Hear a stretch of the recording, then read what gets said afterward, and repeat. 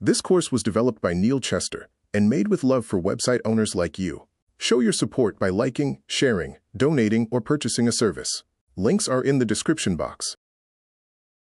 In the next 6 minutes, you'll learn how to conduct one of the most critical tests, user experience testing. A thoroughly tested website is the key to driving sales. Let's get started. How user experience testing works. Number 1. You determine which pages should be tested. Number 2. You'll take screenshots of your important existing web pages or concepts currently in production. Number 3. You'll upload them to a user testing service that will allow you to pick your target demographic. And number 4, you'll ask questions and get honest feedback from paid users. Determine which pages should be tested. Here are a few examples.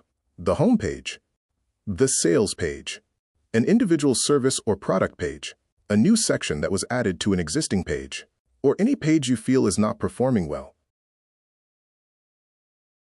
How to take screenshots. Please note that before taking screenshots, ensure that real content is displayed in your production concepts.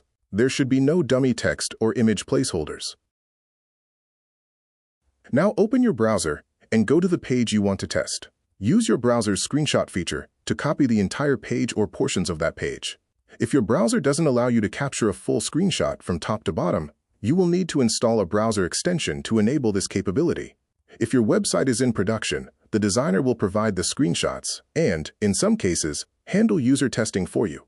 You may take screenshots of the entire page or specific parts of various pages. It's up to you. The user testing service. There are many online user testing services, but for this video, we will feature Listener, formerly known as Usability Hub, as a trusted, highly rated solution. You can also test your live web pages without needing to take screenshots. Visit www.listener.com for more information.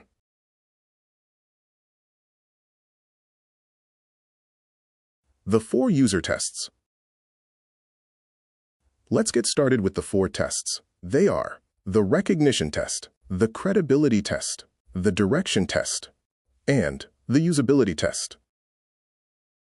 The recognition test determines if your audience understands what your website is about.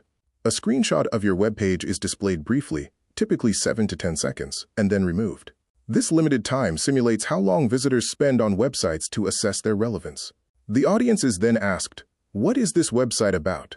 If the responses consistently indicate audience confusion or misunderstanding, you will need to revise the visuals, company tagline, or other elements to improve the web page's comprehension. Once the design is adjusted, your audience should immediately grasp the page and its relevance to them. A follow-up test would verify this. The credibility test determines whether your audience finds your web page professional and safe to interact with. And if not, what makes them feel that way? Your web page will be displayed on one side of the screen, and on the other the question, does this site seem credible? And if not, what can be improved? In addition, another question could be, if the page does seem credible, what elements make you feel this way? You would then use this information to refine your website's design and message and test again. The direction test determines if the visitor knows what the website wants them to do. All business websites should direct visitors to the call to action. Without direction, the visitor may get lost. The audience is asked, "What does this website want you to do?" This test also involves a short time frame, 5 to 10 seconds, for the user to view the page before it is removed. If the audience cannot discern what the website wants them to do, the design team should increase the size of the callouts, change their labels, or make other revisions to the site's design. The usability test assesses whether users of the website can perform specific tasks effectively. For instance, in relation to the previous test question of, "What does this website want me to do?" the user could be asked, "Where should you click to set up a consultation?" As usual, a screenshot will be displayed, and the audience will be asked to find the button and click it. The time taken to locate the button and the location of the click will be recorded. The results will let you know if your website's design needs to be improved. Effective sample sizes for user feedback.